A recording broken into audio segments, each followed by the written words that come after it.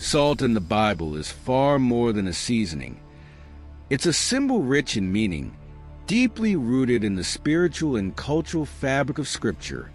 From ancient rituals in the Old Testament to the teachings of Jesus in the New Testament, salt carries layers of significance that extend beyond its physical properties. It represents purification, covenant permanence, and transformation, offering profound insights into God's relationship with His people and the believer's role in the world. When most people think of salt in the Bible, they recall Jesus' famous declaration, "You are the salt of the earth." But this metaphor is just the tip of the iceberg.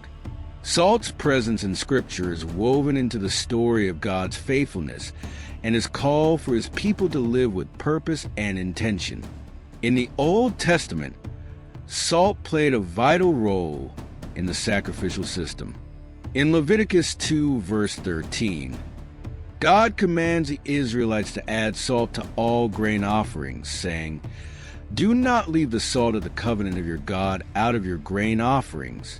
This wasn't a mere detail, but a profound symbol of the covenant between God and His people. Salt, with its preserving and purifying qualities, was a tangible reminder of God's unchanging faithfulness and His expectation that His followers uphold their part of the covenant. Salt also appeared in treaties and agreements. In 2 Chronicles 13, verse 5, we read about the covenant of salt made with David, symbolizing the permanence of God's promise to establish His dynasty. This idea of enduring commitment is echoed in salt's physical properties. It resists decay and preserves what is valuable, making it an ideal emblem of loyalty and faithfulness. Moving to the New Testament, Jesus builds on these rich Old Testament themes. In Matthew 5, verse 13, during the Sermon on the Mount, He declares, "You are the salt of the earth. But if the salt loses its saltiness, how can it be made salty again?